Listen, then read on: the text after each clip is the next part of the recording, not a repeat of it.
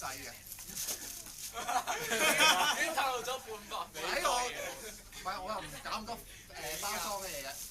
咁咧我送俾嗰人咧就真係有好多人都喺度估啦，咁但係呢樣嘢真係好猛嘅，猛到咧真係呢個真係上帝嘅一個安排，我覺得係啊。咁點猛法咧？呢個人咧其實已經離開教會一段時間㗎。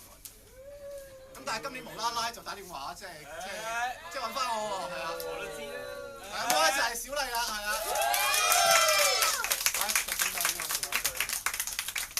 咁啊，真係好猛啦，真係好猛呢個。即係我都知道有一日佢叫我揾我做咩導師嘅時候咧，我都覺得好猛。咁啊，佢係而家做緊嘢啦嚇，佢做緊嘢咧，我係覺得咧，即係翻工咧咩啊？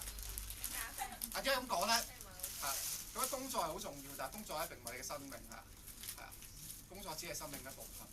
咁咧所以咧，我知因為我翻工咧就我係比較，我坐低做嘢時候就好專注嘅。我喺朝頭早咧，我連早餐都唔記得食嘅，有個包可以包到第二日先食嘅。但我唔想你翻工係咁，因為你而家做咩 merchant 啊？係 merchant 就太過扯啦 ，merchandiser 即係加盟嗰啲係咪？啊，咁咧yes，咁咧我就即係佢嗰啲嘢我就買實際啲嘅啦嚇，因為而家冬天咧就比較凍啦嚇。就打開呢度，呢個其實係一個咧暖水壺嚟嘅。因為出面嗰個佢哋咁高呢個可以用茶葉嚟嘅。我都以為係茶葉。唔好俾佢。嗱咁呢個壺咧就真係都有啲巧妙嘅。咁啊，即係其實嗰個沖茶咧，佢有兩格嘅係。